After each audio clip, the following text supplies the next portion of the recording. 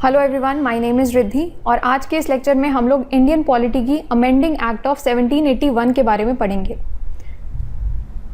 देखो, amending act of 1781 सबसे पहले आया क्यों था। तो 1773 की रेगुलेटिंग एक्ट में कुछ गलतियां हुई थी। अब जब आप नए किसी जगह पर गए हो, आपने नई कंपनी इस्टेब्लिश की है, तो जाहिर सी बात है आपकी कुछ ना कुछ गलतियां ज़रूर होंगी ही। उन्हीं गलतियों को रेक्टिफाई करने के लिए अमेंडिंग एक्ट ऑफ 1781 लाया गया और इसी एक्ट को एक्ट ऑफ सेटलमेंट भी कहा जाता है।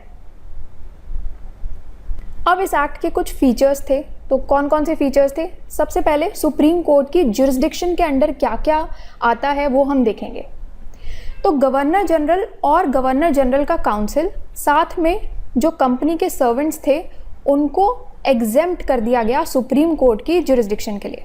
मतलब क्या था कि गवर्नर जनरल या गवर्नर जनरल का काउंसिल कोई भी गलती करते हैं या कोई भी काम कर लें अपनी ऑफिशियल कैपेसिटी में, तो उस चीज़ के लिए आप सुप्रीम कोर्ट में नहीं जा सकते। सुप्रीम कोर्ट की जुरिस्डिक्शन में वो नहीं आता। इसी तरीके से अगर कंपनी के सर्वेंट्स अपनी ऑफिशियल एक्शंस कोई भी ले लें, तो उसके लिए भी आप सुप्रीम कोर्ट में नहीं जा सकते। वो भी सुप्रीम कोर्ट की जुरिस्डिक्शन के अंडर नहीं आता। मतलब कि ये लोग कुछ भी करते रहें, आप उसके लिए इनकी शिकायत लेकर सुप्रीम कोर्ट में नहीं जा सकते कि जी हमारे साथ ये गलत हो गया है। तो कैसे ये लोग मनमानी कर रहे थे, इन शॉर्ट बस यही मतलब है इसका। साथ में रेवेन्यू मैटर्स को भी सुप्रीम कोर्ट की जुरिस्डिक्शन के एक्सक्लूड कर दिया गया।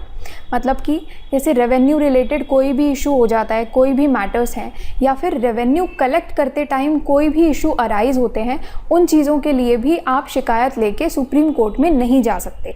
तो इनकी ये पूरा मनमानी चल रही थी यहाँ पर।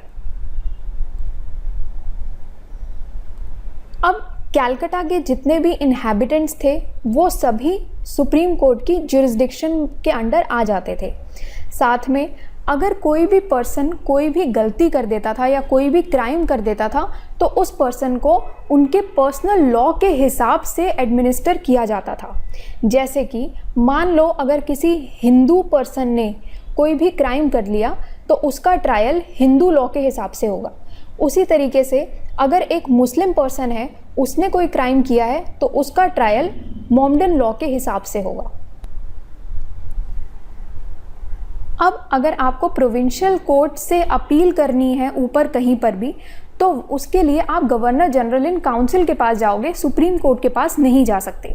आजकल के टाइम पे जैसे अगर मैं आपको एग्जांपल देकर समझाऊं, तो अभी के टाइम पे होता क्या है कि हाई कोर्ट में अगर आप मान लो कोई केस आप लड़े और वहाँ पर अगर आप वो केस हार जाते हो और आप उस डिसीजन से सेटिस्फाइड नहीं हो, तो आप वो हाई कोर्ट की अपना वो केस लेकर के आप सुप्रीम कोर्ट में जाकर अपील करते हो।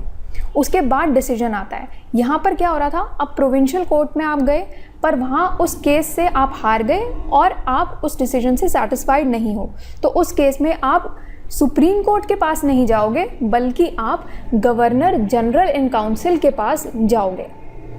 ठीक है, इसी तरीके से हमें पता लगता है कि गवर्नर जनरल इन काउंसिल के पास कितनी पावर आ जाती है। तो अब गवर्नर जनरल इन काउंसिल ही प्रोविंशियल कोर्ट्स और काउंसिल्स के रेगुलेशंस को फ्रेम करेगा। So that's all for today. This is the link to our website and this is our Telegram channel.